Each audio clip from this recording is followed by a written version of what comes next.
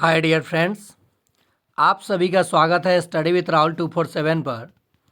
आइए आज के क्लास में हम लोग देखेंगे सेकेंडरी स्कूल एग्जामिनेशन 2025 यानी क्लास 10th के एग्ज़ाम के लिए गणित के सभी महत्वपूर्ण प्रश्न, और इसी प्रकार से आपके एग्ज़ाम में प्रश्न पत्र आएगा और इस तरीके से आप ऑब्जेक्टिव प्रश्नों को कैसे करेंगे ट्रिक से, ये मैं आपको सिखाऊंगा। सबसे पहले एक चीज़ ध्यान दीजिए, यहाँ पे आपको 10 डिजिट का अंक दिया रहेगा। 3 अंक पहले बड़ा संख्या में और 7 गो अंक छोटा संख्या में दिया रहेगा। ठीक है, यानी टोटल आपको 10 गो अंक डिजिट दिया रहेगा।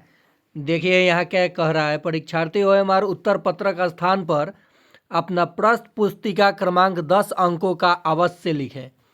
यानी प्रश्न पुस्तिका क्रमांक आप बिल्कुल नहीं छोड़ेंगे, और 3 अंक बहुत अलग दिया रहता है, बड़ा बड़ा, और 7 अंक छोटा, तो सबको मिला के लिखेंगे। तो एक तो बात यहाँ हो गई। अब हम लोग चलते हैं कि आपको उत्तर अपने शब्दों में, तो ऑब्जेक्टिव में अपने शब्दों में क्या देना है। तो ये सब चीज़ें 2 खंड में ये आपका प्रश्न पत्र होगा, एक ऑब्जेक्टिव और एक सब्जेक्टिव। तो चलिए हम लोग, और 100 प्रश्नों में से आपको 50 प्रश्न का ही उत्तर देना होगा ऑब्जेक्टिव में, और वो किस तरीके से प्रश्न होगा आइए देखते हैं। देखिए इसी प्रकार से प्रश्न आपको मिलेगा इंग्लिश और हिंदी में, और जिसमें से आपको ऑप्शन को चुन करके सही जवाब देना होगा। तो आप अगर चाहते हैं 10th में 95+ अंक लाना गणित में, तो सब्सक्राइब कीजिए स्टडी विथ राहुल 247 को, और यहीं से BPSC TRE 4 में भी प्रश्न बनेगा। पहला प्रश्न है, निम्नलिखित में कौन परिमेय संख्या है? Which of the following is rational number? तो ज़रा C नंबर ऑप्शन पे गौर कीजिए। 1/2 हो जाएगा मान, क्योंकि √4 का मान 2 हो जाएगा, तो यही P/Q के रूप में है, बाकी कोई P/Q के रूप में नहीं है। और परिमेय संख्या कहता है कि जिसे P/Q के रूप में लिखा जा सके और Q 0 के बराबर नहीं होना चाहिए। ये तो परिमेय है, लेकिन ये अपरिमेय है, तो ये अपरिमेय हो गया। अपरिमेय अपरिमेय, ये 2√7 हो जाएगा, तो ये तो एक परिमेय और एक अपरिमेय, तो अपरिमेय हो गया। चलिए दूसरा प्रश्न है, यदि m एक पूर्णांक है तो प्रत्येक विषम पूर्णांक का रूप होता है। If m is an integer then the form of every odd integer. तो देखिए यहाँ पे अगर m के जगह 1 रखेंगे तो 2 और 1 3, 2 रखेंगे तो 2 दूनी 4 और 1 5, 3 रखेंगे 3 दूनी 6 1 7। हर एक केस में क्या आएगा? विषम संख्या आएगा, विषम पूर्णांक। और यहाँ अगर 2 रखेंगे तो सम हो जाएगा, यहाँ 3 और 1 तो ये 4, ये भी सम हो जाएगा, यहाँ 1 रखेंगे तो सम हो जाएगा। तो तीनों ऑप्शन जो है A, B और C सम या विषम भी हो सकता है, लेकिन यहाँ जो है ये हर एक केस में, हर एक परिस्थिति में विषम संख्या ही होगा। देखिए 2 गुना 1 जोड़ 1 3 ही आएगा, 2 भी रखेंगे तो 2 दूनी 4 और 1 5 ही आएगा, 3 भी रखेंगे 7, 4 भी रखेंगे 9, तो हर एक केस में विषम आएगा, ऑड आएगा। चलिए अगला प्रश्न देखते हैं, निम्नलिखित में किसका दशमलव प्रसार शांत है? तो जो 2/5 के पावर n गुने 2 के पावर m, ये भी लिख सकते हैं, चाहे P/2 के पावर n इंटू 5 के पावर m, इस रूप में जो होगा तो 17/80 हो जाएगा। दशमलव प्रसार शांत होगा, क्योंकि 17 और 20 चौका 80 होता है, या 16×5 80, 2 के पावर 4 और गुने 5 के पावर 1 लिख सकते हैं इसे, तो इस रूप का हो जाएगा। अगला प्रश्न है, 0.87 पर रेकरिंग है, इसका ये भिन्न के रूप में इसका मान क्या होगा? जितना अंक दिया है लिख लीजिए, घटाओ दशमलव के बाद बिना रेकरिंग वाला अंक है तो कहिएगा हाँ है, 8 है, घटा लीजिए। दशमलव के बाद कई गो डिजिट है? 2 गो, 10 के पावर 2, घटाओ 10 के पावर, दशमलव के बाद कय को बिना रेकरिंग का डिजिट है, तो एगो, तो 1। 87 में से 8 जाएगा तो 79 और बटा 10 दहिया 100 और 100 में से 10 घटेगा तो 90। क्या उत्तर आ जाएगा? 79/90। चलिए अगला प्रश्न देखते हैं। ये भी प्रश्न आसान है। सबसे पहले इसका फैक्टर तोड़ लीजिए। 54 गुना 10 तोड़ लिए। 27 तिया ये 27 दूनी कितना होता है? 54 होता है। 27 गुना 2 गुना 2 गुना 5 लिख सकते हैं। ये किसका?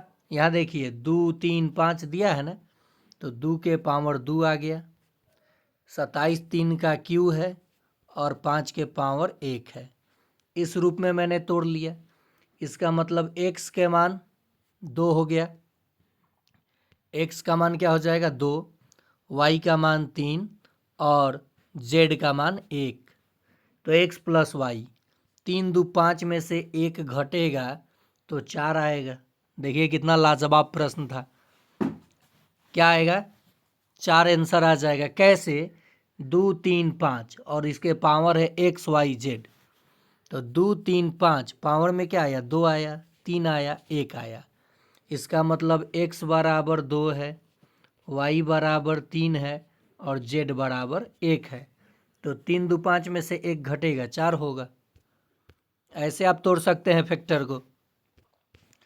6 नंबर प्रश्न, निम्नलिखित में कौन अपरिमेय है?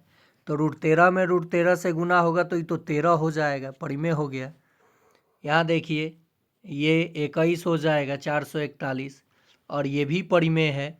तो ये सभी के सभी परिमेय हैं, लेकिन ये हो जाएगा √10 और बटा में 10, तो ये अपरिमेय है। डी हो जाएगा आंसर।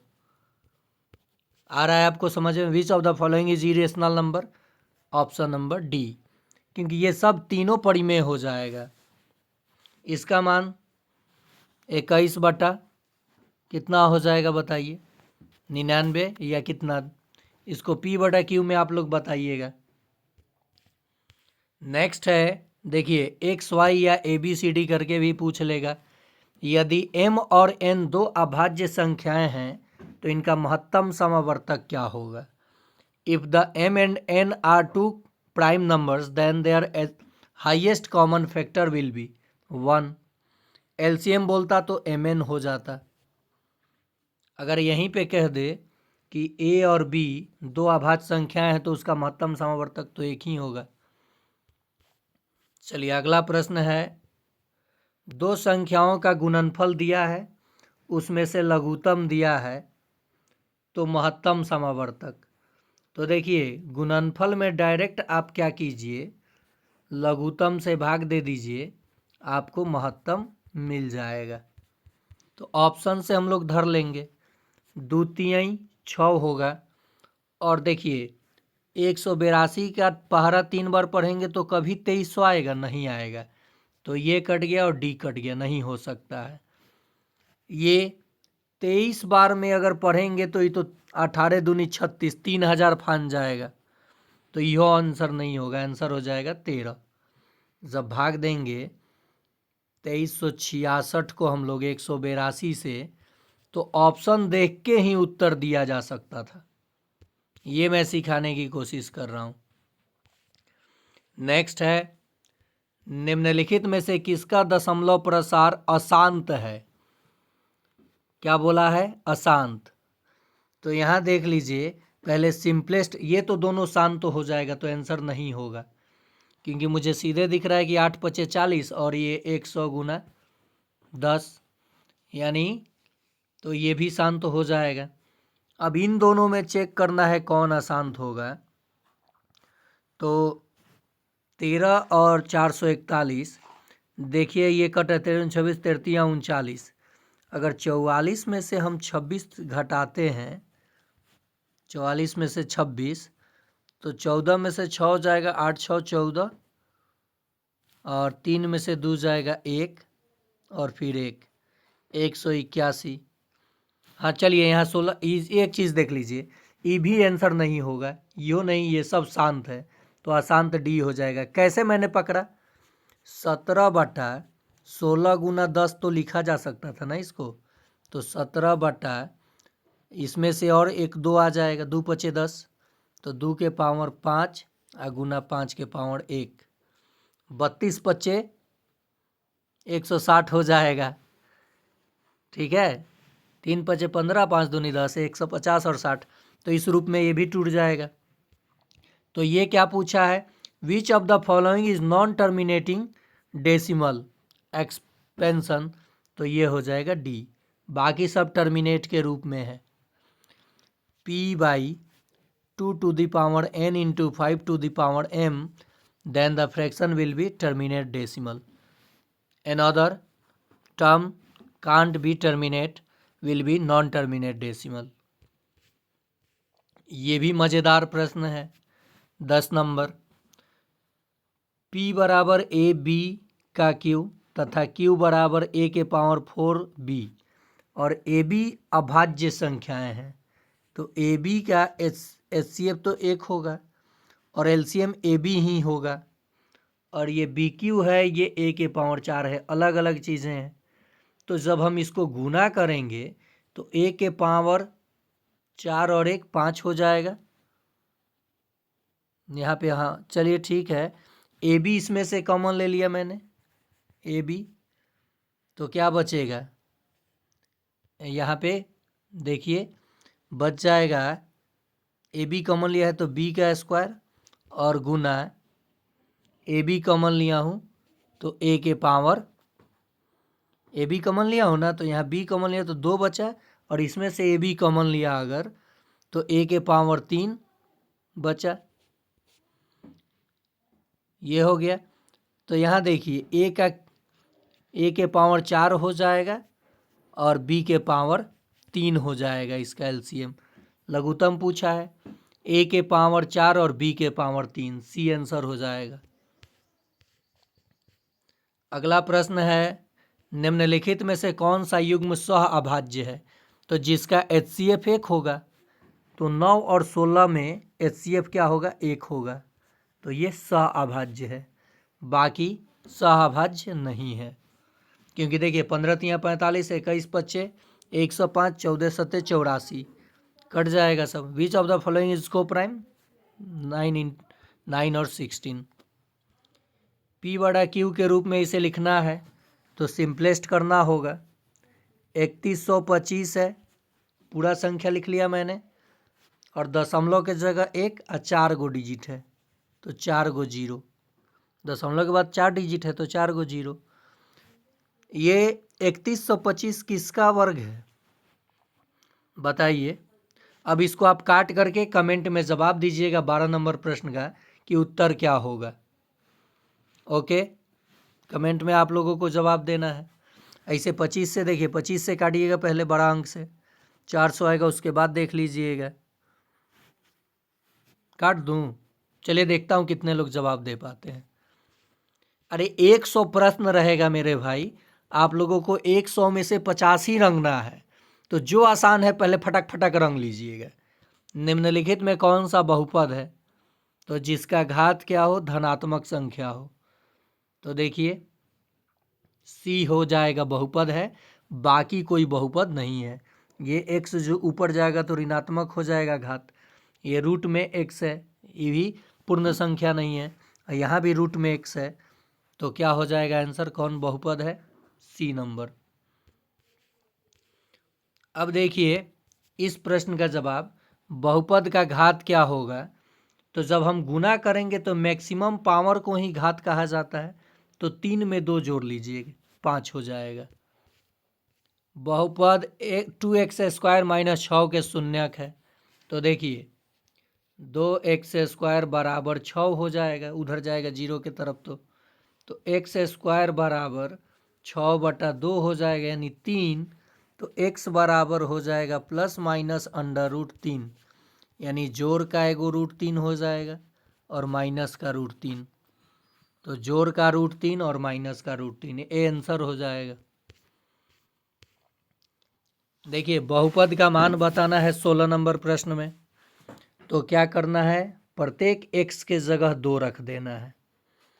तो जब 2 रखेंगे तो 2 गुना 2 का स्क्वायर 4, घटाओ 8 गुना 2 और फिर -12, 4 दूनी 8, -8 दूनी 16 और -12, 8 घटाओ ये दोनों जुट जाएगा -28, 8 में से 28 घटेगा माइनस का 20 बचेगा, बी आंसर हो जाएगा। यदि बहुपद 3y² प्लस 7y माइनस के शून्यक एक दूसरे के व्युत्क्रम हो तो के का मान, यहाँ देखिए इंग्लिश वाले भी सीबीएसई वाले भी बच्चे ज़रूर देखेंगे। If the zeros of polynomial 3y² plus 7y minus k are the reciprocal of each of then the value of k, कह रहा है कि अगर इसका एक शून्यक अल्फा है तो दूसरा उसका शून्यक 1/अल्फा है। व्युत्क्रम का मतलब यही होता है। व्युत्क्रम का मतलब क्या होता है कि अगर एक शून्य को आप x मानते हो तो दूसरा 1/x होगा। तो मैंने अगर इस द्विघात समीकरण के एक शून्य को अल्फा माना तो दूसरा शून्यक 1/अल्फा होगा क्योंकि व्युत्क्रम है। अब हम जानते हैं शून्यांकों का गुणनफल क्या होता है, c बटा में a, तो c तो k है माइनस का k और a क्या है 3 है, ये कटेगा तो 1 बचेगा या के गुना हो जाएगा, यानी माइनस का k बराबर 3 एकम 3, दोनों तरफ माइनस से गुना किया तो k बराबर -3। आंसर क्या हो जाएगा डी। बहुत ही लाजवाब प्रश्न था 17 नंबर, ये इस बार टीआरई 4 में देखने को मिल सकता है ये वाला प्रश्न। नेक्स्ट है 0, -2 और 5 वाले बहुपदों की संख्या होगी। इसमें देखिए -2 और -5 वाली बहुपदों की संख्या होगी, तो एक बहुपद अनगिनत बहुपद, इसमें थोड़ा सा कन्फ्यूजन है प्रश्न में कि ये पूछना क्या चाहता है। शून्यक तो अलग अलग आया है, -2 आया है और -5 आया है, तो कितने बहुपद हो सकते हैं, 2 या 5 या 3 या अनगिनत, तो देख लीजिएगा इसे या फिर आगे बताऊंगा मैं। नेक्स्ट है द्विघात, यदि बहुपद द्विघात बहुपद दिया है तो इनके शून्यांकों का योग क्या होता है बताइए। 5 यहाँ भी छोड़ दीजिए, माइनस का b और बटा का a। यहाँ देखिए a का मान क्या है 5 है, b का मान क्या है 7 है, +7 है, और c का मान क्या है -12 है, और ऑलरेडी यहाँ 5 दे रखा है, -b तो माइनस का 7 हो जाएगा, और बटा में देखिए a का मान 5 कट गया -7 हो गया answer.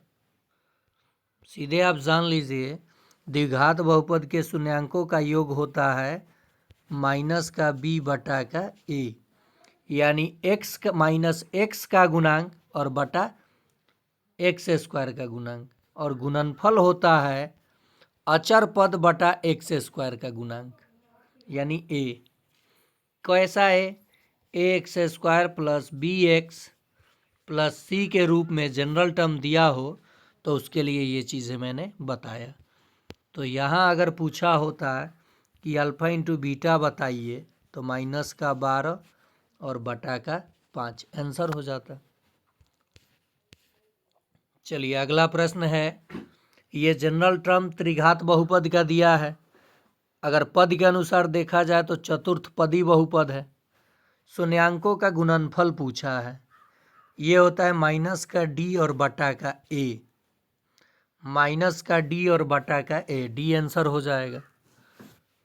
If alpha beta gamma are zeros of cubic polynomial, ये standard form of cubic polynomial है, then the value of product of zeros -d बटा a।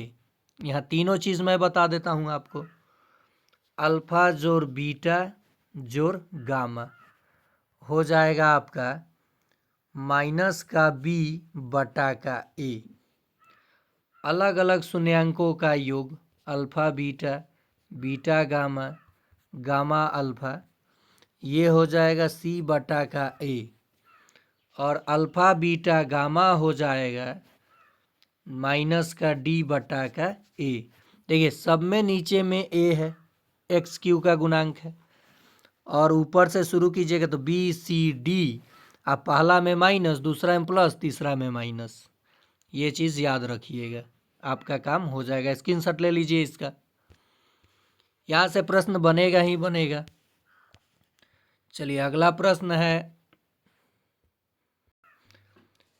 नेक्स्ट है, यदि रेखाएं 5x प्लस पी वाई बराबर 6, समीकरण 1 हो गया, और 15x जोड़ 9y बराबर 12 समानांतर है, तो p का मान क्या होगा?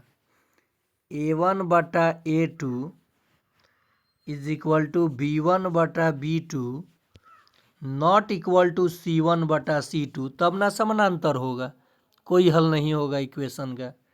a1 का मान कितना है? 5, a2 का मान कितना है? 15 बराबर b1 का मान कितना है? p है, उसी का तो मान बताना है, और b2 का मान कितना है? 9, 5 तिया 15, 3 3 का 9, 3 जाके इधर गुना हो जाएगा, p बराबर 3 हो जाएगा। आंसर क्या हो जाएगा? 3 आ जाएगा। अगला प्रश्न है, यदि दो चरों में दो रैखिक समीकरणों के आलेख, जैसे ये ग्राफ हो गया, और आलेख एक दूसरे को प्रतिच्छेदित, आलेख प्रतिच्छेदित रेखाएं हो, तो हलों की संख्या कितनी होगी? तो एक, यानी अद्वितीय, सिर्फ एक।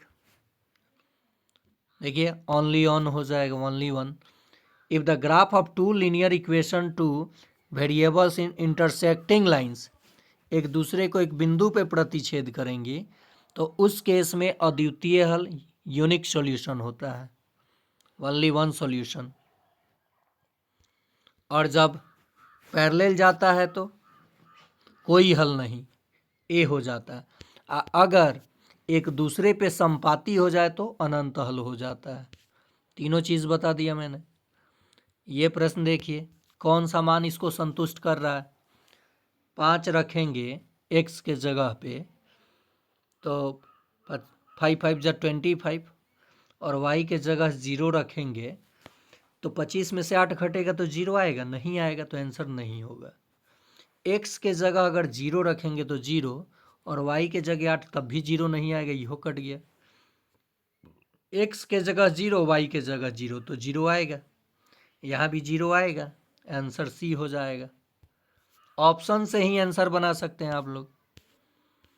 नेक्स्ट है, A X square plus B X plus C is equal to 0, A not equal to 0 का मूल समान है, तो सी का मान बताइए। मूल समान के लिए minus B square, sorry B square minus 4ac बराबर, मूल समान है ना, तो मूल समान है तो 0 के बराबर। अब यहाँ क्या कह रहा है कि c का मान बताना है, इस c का, तो उसको उधर लेके जाइए। माइनस का 4ac बराबर का माइनस का बी स्क्वायर, माइनस से माइनस कैंसिल, c बराबर बी स्क्वायर बटा 4a। बी स्क्वायर बटा 4a कहाँ है? देखिए बी स्क्वायर बटा 4a बी ऑप्शन में है। ये लाजवाब प्रश्न, ऐसा प्रश्न टीआरई में देखने को मिलेगा ही मिलेगा।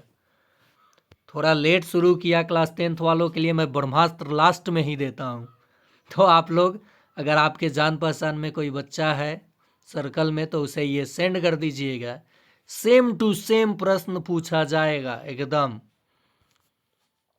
निम्नलिखित में कौन सा द्विघात समीकरण नहीं है? कह रहा है द्विघात समीकरण नहीं है। यहाँ ये चीज़ क्लियर करना है। तो एक बात ज़रा देख लीजिए, स्क्वायर 2ab करेंगे, कौन सा द्विघात समीकरण नहीं है? डायरेक्ट आंसर पकड़ा सकता है कि नहीं, ये हम लोगों को चेक करना है। ये ख़त्म नहीं होगा तो ये आंसर नहीं होगा, आंसर नहीं होगा, क्योंकि एक्स स्क्वायर बच रहा है। यहाँ देखिए 3x² है, स्क्वायर करेंगे तो स्क्वायर, यहाँ भी x² बच रहा है, आंसर नहीं होगा।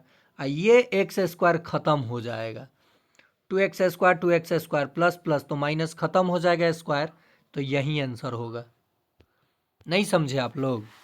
ये माइनस में है, इधर आएगा ये तो -2x², तो ये तो x² बच रहा है, तो ये तो द्विघात समीकरण हो जाएगा। यहाँ भी x² आएगा, यहाँ 3x² है, इसमें भी स्क्वायर बचेगा x का स्क्वायर, तो ये भी हो जाएगा द्विघात समीकरण। और यहाँ 3x² है, यहाँ x² आएगा, तोड़ेंगे तो ये भी हो जाएगा द्विघात समीकरण। ये नहीं होगा क्योंकि यहाँ 2x² होल स्क्वायर करेंगे तो पूरा कर ही देता हूँ, देख लीजिए। प्लस का 9 और -2ab, तो माइनस, और ऑलरेडी माइनस दिया है, ठीक है, -2ab 6√2x 2ab हो गया। तो यहाँ देखिए, और बराबर में है 2x² जोड़ 4, तो ये तो ख़त्म हो जाएगा ना, तो स्क्वायरे नहीं बचा, तो ये द्विघात समीकरण नहीं है। ऑप्शन से पकड़ाएगा ना। यदि द्विघात समीकरण x² - 7x + 12 = 0, एक मूल 3 है तो दूसरा मूल 4 हो जाएगा, क्योंकि 4 तियाँ 12 होता है। ट्रिक जानिएगा, जब भी देखिए x² - bx + c = 0 दिया हो तो उसके दोनों मूल धनात्मक होंगे। और आपको पता चल रहा है यहाँ कि 4 तियाँ 12 होता है और 4 3 7 होता है, तो एगो शून्य 3 है तो दूसरा 4 होगा। मैं अगर कहूँ यहाँ पे x² - 15x + 26 = 0, एक मूल 13 है तो दूसरा मूल 13 दूनी 26 2 होगा। मैं अगर कहूँ x² - 7x और यहाँ पे 6 कर दूँ, अगर चलिए 6 ना करके 4 3 12 तो दिया ही है, 5 2 7, 5 दूनी 10 कर दूँ, 10 = 0, तो 2 और 5 इसके क्या हो जाएंगे, मूल हो जाएंगे, डायरेक्ट आंसर आ जाएगा। 27 नंबर प्रश्न है, 50 ही प्रश्न करूँगा, उसके बाद आगे 50 दूसरे पार्ट में, थोड़ा एक जगह जाना है, नहीं तो क्लियर कर दूंगा आपको। कल ये दूसरा 50 का पार्ट मिल जाएगा। द्विघात समीकरण के मूल p और q है तो p + q, यानी अल्फा बीटा वाला कहानी। अल्फा बीटा ना जाके p q दे दिया तो -b / a, तो यहाँ b के जगह क्या है, -p और /1, तो -p आंसर है। अब देखिए 1 2 करके दिया है p + q का मान, p और q है के मूल p और q है तो p + q, चलिए आ जाएगा, चलिए देख लेते हैं। आगे भी कुछ बोला है क्या? नहीं बोला है। इसके शून्यक हैं तो शून्यांकों का योग -b / a, तो p + q बराबर में -p, तो ये जाएगा तो माइनस हो जाएगा, तो -2p, तो -1 होना चाहिए। क्या होना चाहिए? यहाँ पे कहाँ कंफ्यूज कर दिया भाई। p + q, तो p बटा -1 होना चाहिए। p और q मूल हैं तो मूल्यों का योग होता है p जोड़ q बराबर में -p / 1। तो अगर हम लोग दोनों के जोड़ का मान अगर रखते हैं -1, चलिए इस प्रश्न को होल्ड कर दीजिए, आगे देख लिया जाएगा। द्विघात समीकरण के विविध कर, यानी विवेचक पूछा है, डिस्क्रिमिनांट पूछा है। b² - 4ac डिस्क्रिमिनांट का फॉर्मूला होता है। b का वैल्यू कितना है, 13, 169 हो जाएगा। ऋणात्मक हो या धनात्मक, वर्ग तो हमेशा धनात्मक होगा। -4 × 3 × c यानी 10, 4 तियाँ 120, 169 घटाओ 120, तो 9, 6 में से 2 जाएगा 4, 49 कहीं है ऑप्शन में, क्या हो जाएगा, 49 हो जाएगा। द्विघात समीकरण का मूल का गुणनफल बताना है तो पहले गुना कर लीजिए। 2x² जोड़ 5x बराबर 0। तो मूल का गुणनफल जो होगा 0 होगा, क्योंकि 0। अब देखिए 2x² प्लस 5x प्लस 0 बराबर 0। तो c तो 0 है, तो मूलों का गुणनफल होता है c बटा a। 0 बटा कुछ भी रखिएगा 0 होगा, तो आंसर क्या हो जाएगा 0। निम्नलिखित में कौन श्रेणी में है, समांतर श्रेणी में? तो ज़रा देख लीजिए, गौर कीजिए। 2 4 8 16, ये 8 बढ़ा, ये 4 बढ़ा, तो ये नहीं है, ये भी नहीं है, क्योंकि अंतर समान अंतर में नहीं आएगा। 7 चौक 28, 7 नवा 63, √7 है। आगे देखते हैं, 2 √7 है, क्योंकि 7 चौक 28 होता है। फिर अगला है 3 √7 है। तो देखिए 2 गो √7 में से 1 √7 जाएगा तो डिफरेंस √7 आएगा। 3 गो में से 2 गो जाएगा तब भी √7 आएगा, यानी यही एपी में है, बाकी कोई एपी में नहीं है। अगला प्रश्न है, समांतर श्रेणी का कौन सा पद 0 होगा? तो मैंने मान लिया कि tnवां पद 0 होगा। तो a प्लस n घटाओ 1 इंटू डी, ये 0 बराबर प्रथम पद 12 है प्लस n घटाओ 1, और सार्वंतर 10 में से 12 जाएगा तो -2, ये इधर आ जाएगा तो -12 और -2 इसके नीचे आ जाएगा, बराबर n जोड़ 1, n घटाओ 1, ये कटा 6 आया, n आके जुट जाएगा यानी 7 हो जाएगा, 7वां। समांतर श्रेणी के -5 -1 3 7 का सार्वंतर है, तो आप ये नहीं घटाइए, 7 में से 3 घटाइए। किसी लगातार पद का अंतर देखिएगा तो सार्वंतर ही होता है। 7 में से 3 घटाएंगे क्या आएगा? 4 आएगा, सार्वंतर, कॉमन डिफरेंस। किसी समांतर श्रेणी का पहला पद a और सार्वंतर d है तो n पदों का योगफल। फॉर्मूला क्या बनता है? n/2 into 2a plus n-1 into D. ज़रा गौर कीजिए, इसमें और इसमें कैसे कंफ्यूज किया है। तो हमारा आंसर क्या हो जाएगा? सी। या फिर लास्ट टर्म दिया रहे तो n/2 इंटू फर्स्ट टर्म जोड़ लास्ट टर्म, SN का फॉर्मूला हो जाता है। चलिए आगे देखते हैं। ये प्रश्न बीपीएससी में पूछा था, यदि समांतर श्रेणी का nवां पद tn बराबर 3 घटाओ 4n तो t5, यानी 5 रखना है n के जगह पे, t5 3 घटाओ 4 गुना 5 बराबर 3 घटाओ 20, इसका मतलब -17, आंसर ए हो जाएगा। चलिए 35 नंबर प्रश्न देखते हैं। यदि समांतर श्रेणी का सामान्य पद 17 - 5n है तो इसका सार्वंतर क्या होगा? कोई बात नहीं, एक रखिए यहाँ पे, 17 और -5, तो पहला पद क्या मिल जाएगा? 12। 2 रखेंगे तो दूसरा पद क्या मिल जाएगा? 7। 3 रखेंगे तो तीसरा पद क्या मिल जाएगा? 5 15, 17 में से 15 घटेगा, 2 रखे तो 10, तो 7, 3 रखेंगे तो 15, तो 2। ये पहला पद, ये दूसरा पद, ये तीसरा पद, दूसरा में से पहला घटाइए, 7 में से 12 घटाइएगा -5, सार्वंतर हो जाएगा -5 कॉमन डिफरेंस। प्रथम n विषम प्राकृत संख्याओं का योगफल क्या होता है? विषम संख्याओं का योगफल पूछा है, n² होता है। सक्षमता में ये प्रश्न पूछा था, कैसे देखिए, 1 जोड़ 3 जोड़ 5 जोड़ 7 जोड़ 9, कई को विषम संख्या? 1 2 3 4 5, 5 का वर्ग कर दीजिए, 25 आंसर, इनको जोड़ेंगे 25 आएगा। तो प्रथम n विषम संख्याओं का योगफल n², देखिए n², 1 2 3 4 5, 7 3 10 9 19 6 कितना होगा बताइए? 25।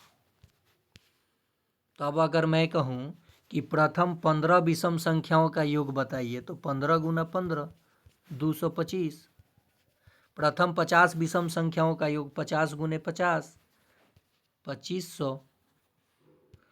चलिए अगला प्रश्न है, यदि 18x y-3 समांतर श्रेणी में है तो x प्लस वाई का मान। दूसरे पद में से पहले पद को घटाइए, यानी x माइनस 18 बराबर y-x। x प्लस वाई पूछा है ना, x प्लस वाई पूछा है तो हम x प्लस वाई ही निकालेंगे। क्या आएगा देख लिया जाए। ये भी तो लिखा जा सकता था 3 माइनस वाई। चलिए वाई वाले कंडीशन को छोड़ देते हैं। ये x से इधर आ जाएगा तो 2x, ये माइनस वाई बराबर 18 हो जाएगा। एक समीकरण बन गया। फिर x minus Y minus X, Y minus X बराबर माइनस का 3 माइनस का y, तो 2y माइनस एक्स बराबर का -3 हो जाएगा। अब आप सॉल्व कर लीजिएगा कौन सा मान संतुष्ट कर रहा है। एक्स वाई का मान निकाल के जोड़ लीजिएगा, उत्तर आ जाएगा। चलिए ए तथा बी पूरक कोण हो तो कौन संतुष्ट करेगा। ए और बी पूरक कोण हो तो कौन सा मान संतुष्ट करेगा, बताइए कौन सा मान संतुष्ट करेगा। आप लोगों के लिए ये थोड़ा लाजवाब प्रश्न है, देखते हैं कि कहाँ ए और बी रखिएगा तो समान आएगा। पूरक कोण है तो कौन मान संतुष्ट होगा। चलिए अगला प्रश्न है, cos 90 माइनस थीटा बराबर साइन थीटा, तो साइन फाई कहाँ दिया है देख लीजिए। साइन फाई ये दिया है ए में। cos स्क्वायर 27 डिग्री और माइनस साइन स्क्वायर 63 डिग्री। जब भी इन दोनों का योग 90 डिग्री हो रहा हो और साइन कॉस का स्क्वायर हो और घटाव का चिन्ह हो, आंसर 0 मारिएगा। क्या मारिएगा, 0। ठीक है। अगला प्रश्न है, साइन 2 थीटा बराबर 2 साइन थीटा। सत्य है थीटा बराबर कितना होना चाहिए, तो अगर 0 डिग्री और थीटा वहाँ 0 डिग्री तो दोनों केस में 0 आएगा, यानी 0 होना चाहिए। यदि साइन थीटा बराबर 4/5 यानी p/h, तो b का मान कैसे आएगा। बेस का √h का स्क्वायर यानी 25 घटाव 16 बराबर √9 यानी 3 आएगा b का मान। तो tan थीटा p/b होता है, p/b परपेंडिकुलर 4 और बेस हमने 3 निकाल लिया, 4/3 सी आंसर हो जाएगा। चलिए अगला प्रश्न है, tan थीटा 1/√7 है तो sec square theta minus tan square theta, तो केवल बात को घुमा रहा है। Sec square theta minus tan square theta आप जानते हैं एक होता है, जानते हैं ना, नहीं जानते हैं। देखिए sec square theta tan square theta को 1 माइनस, तो सेक स्क्वायर थीटा लिख सकते, कट जाएगा, माइनस माइनस प्लस हो जाएगा। एक आ रहा है क्या, हाँ एक, ठीक है। अंक से हमें कोई लेना देना नहीं है। tan का मान कितना होता है, 45 का 1 होता है, तो 1 घटाव 1 का स्क्वायर बटा 1 जोड़ 1 का स्क्वायर, तो 1 घटाव 1 बटा 1 जोड़ 1 2, यानी 0/2, तो 0 आएगा। मान इसका क्या आएगा, 0 आएगा। मैं पूरे बेसिक से बता दूंगा। ऐसे प्रश्नों का मान क्या आता है, ये बात बताइए आप लोग। कहीं ना कहीं केस में तो 0 आएगा, सबसे गुना है, 0 आंसर हो जाएगा। 1 से लेके 180 डिग्री जाइएगा तो कहीं ना कहीं तो मान 0 आएगा, तो सबको 0 कर देगा। 2 माइनस 2 कॉसेक स्क्वायर ए क्या होगा बताइए। 2 कॉमन ले लीजिए, 1 माइनस कॉसेक स्क्वायर ए क्या होता है बताइए, कॉट स्क्वायर ए होता है, तो ये सी हो जाएगा। ए साइन एक्स बराबर 1 तो बी कॉस एक्स बराबर 1, तो कॉट एक्स बराबर साइन एक्स बराबर हो जाएगा 1/a, कॉस एक्स बराबर हो जाएगा 1/b, और कॉट एक्स को हम लोग लिख सकते हैं, कॉट एक्स को कॉस एक्स बटा साइन एक्स, और इसका मान है कॉस एक्स का मान थीटा लिख दिया हूँ, तो 1/b, और इसका मान क्या हो जाएगा 1/a। ए ऊपर चला जाएगा, बी नीचे, a/b कहीं है, a/b, बी आंसर होगा। Sine square 45 degree plus cos square 45 degree घटाओ 1, sine square theta plus cos square theta 1 होता है, और इसमें से 1 घटेगा तो 0 आ जाएगा, ए हो जाएगा आंसर। चलिए माइनस का tan square plus 1/sin square, तो ये कॉस स्क्वायर हो जाएगा। देखिए 1 minus sine square cos square हो जाएगा, माइनस का tan स्क्वायर ए, और ये प्लस का कॉस स्क्वायर ए, तो ऊपर जाएगा तो क्या हो जाएगा सेक स्क्वायर ए। अब इसी को सजा के लिख दीजिए, सेक स्क्वायर ए माइनस का tan स्क्वायर ए। इसको उधर लिखिए चाहे इधर लिखिए, इसका मान क्या होता है 1 होता है। बहुत ज़बरदस्त सवाल है। चलिए अब यहाँ देखिए, ये कॉस है, ये साइन है, फिर माइनस दिया है, वर्ग है, और इन दोनों का योग देखिए 90 हो रहा है ना, तो इसका भी मान क्या आना चाहिए 0। क्या आना चाहिए 0। यहाँ देखिए अब बहुत ये लाजवाब प्रश्न, मान भी नहीं रखना पड़ेगा, मान भी आपको कॉस बटा साइन होता है कॉट, क्या होता है cot 60 degree into tan 60 degree, और tan कॉट एक दूसरे के उल्टा होते हैं, तो एक दूसरे के उल्टे का गुना हो जाएगा 1।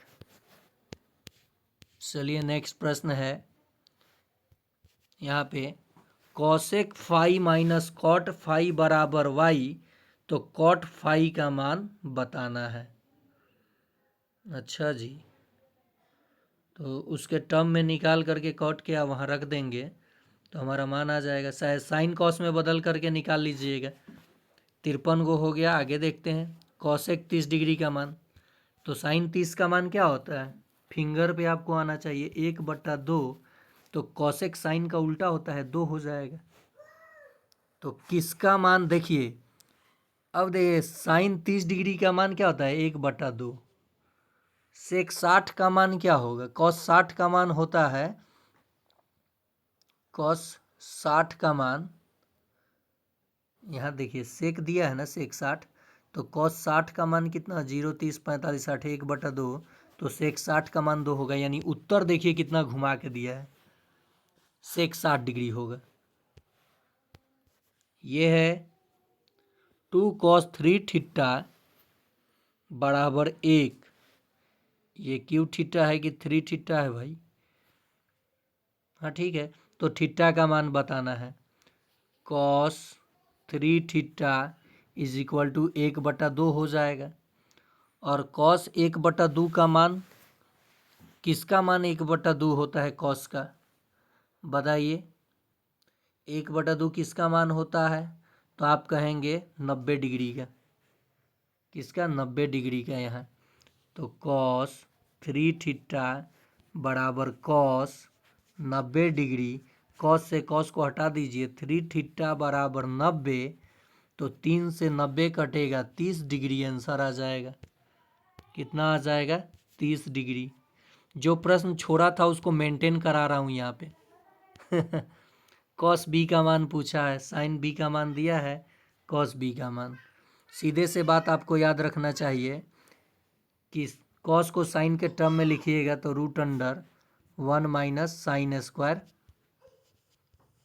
बी यहाँ लिख सकते हैं, तो तो 1 घटाओ हम लोग लिखेंगे रूट में, और ये ए स्क्वायर बटा बी स्क्वायर, ऊपर हो जाएगा √बी स्क्वायर माइनस ए स्क्वायर, और नीचे बटा में खाली बी बच जाएगा, तो ये हो जाएगा आपका आंसर ए। चलिए tan A plus cot A बराबर 2, तो tan square A plus cot square A, इसका मतलब ये एक एक रखने पे 2 आया होगा, तो इसका स्क्वायर भी करेंगे तो 1 का स्क्वायर जोड़ 1 का स्क्वायर 2 ही आंसर होगा। किस चतुर्थांश में भुज और कोटि दोनों ऋणात्मक होते हैं, ये बताइए किस चतुर्थांश में। तो आप देखिए यहाँ प्लस प्लस होता है पहले चतुर्थांश में, दूसरे में x का मान माइनस और y का मान प्लस। अब यहाँ हो जाएगा माइनस माइनस, तीसरे चतुर्थांश में होता है माइनस माइनस, तो दोनों ऋणात्मक होते हैं तृतीय में। बिंदु के बीच की दूरी बतानी है, तो x2 माइनस x1 -6 और -8 -14 का square 196। x2 minus root under में होता है ना, x2 माइनस x1 का स्क्वायर, y2 माइनस y1 का स्क्वायर, तो ये 4, तो 200 हो गया रूट में 200। 100 गुना 2 यानी 10 रूट 2 इकाई होगा, 10 रूट 2 इकाइयाँ। फॉर्मूला जान लीजिए, x2 माइनस x1 का स्क्वायर जोड़ y2 माइनस y1 का स्क्वायर। रूट में ये दूरी सूत्र होता है। देखिए x अक्ष और y अक्ष के प्रतिच्छेदन बिंदु को मूल बिंदु कहा जाता है, जिसका नियामक 0 होता है। तो आज के लिए 60 प्रश्न, फिर दूसरे पार्ट में जो बचा 40 प्रश्न है वो करा दूंगा, और एक अपने मन से सेट लाऊंगा जिसमें ज्योमेट्री सब मिला करके 100 ऑब्जेक्टिव में आपको 50 में 50 कैसे लाना है, ये मैं आपको ट्रिक से सिखाऊंगा। तो आज के लिए इतना ही।